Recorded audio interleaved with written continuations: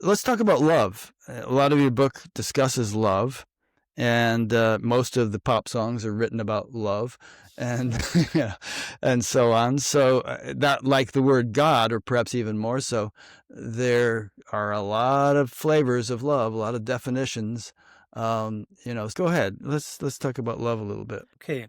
So, of course, what you are mentioning, I assume is related to this book of mine. Evolution and divine evolution and love. divine love. Okay. So, yeah, love is a big word, and we can never do justice to it by trying to say something about it. As I quote in my book, I think I quote Rumi, that he say, I try to write in my pen and say something about love, and then when I tried, the pen broke, right? Like collapse. So we can try it. At the same time, I think it's good to try to have some coherent definition of love, because if not, as you said, love can mean anything and everything. So at that point, it becomes nothing in one sense, right? If I love chocolate and I love my wife and I love my car and I love God, and I use the same word in every direction, and maybe it's a very loose expression. Of course, if you are totally enlightened, you can say that.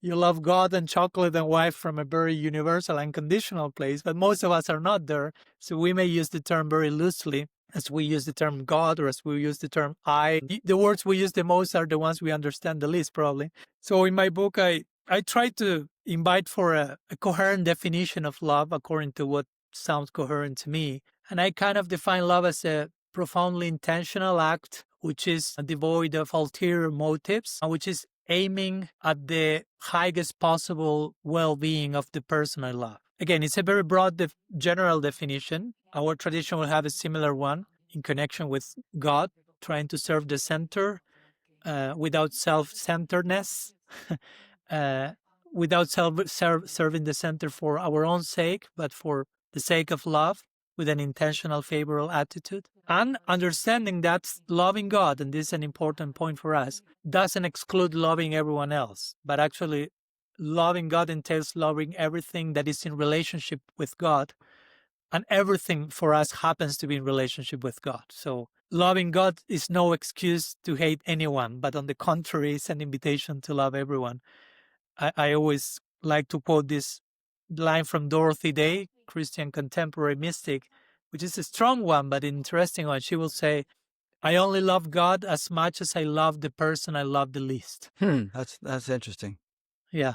So trying to say your love of God has to be expressed all the way down, so to say, in every possible direction. It has to remain loving in every direction, including to yourself, right? Because sometimes we end up trying to love everyone and we hate ourselves many times. So then the self-love comes into the picture as well. No? So the real love has to be loving in every direction. If I love you, I cannot love you in a way that is degrading to me. That's not actual love. It has to be dignifying and nourishing for both of us. So that will be for me a coherent definition of love.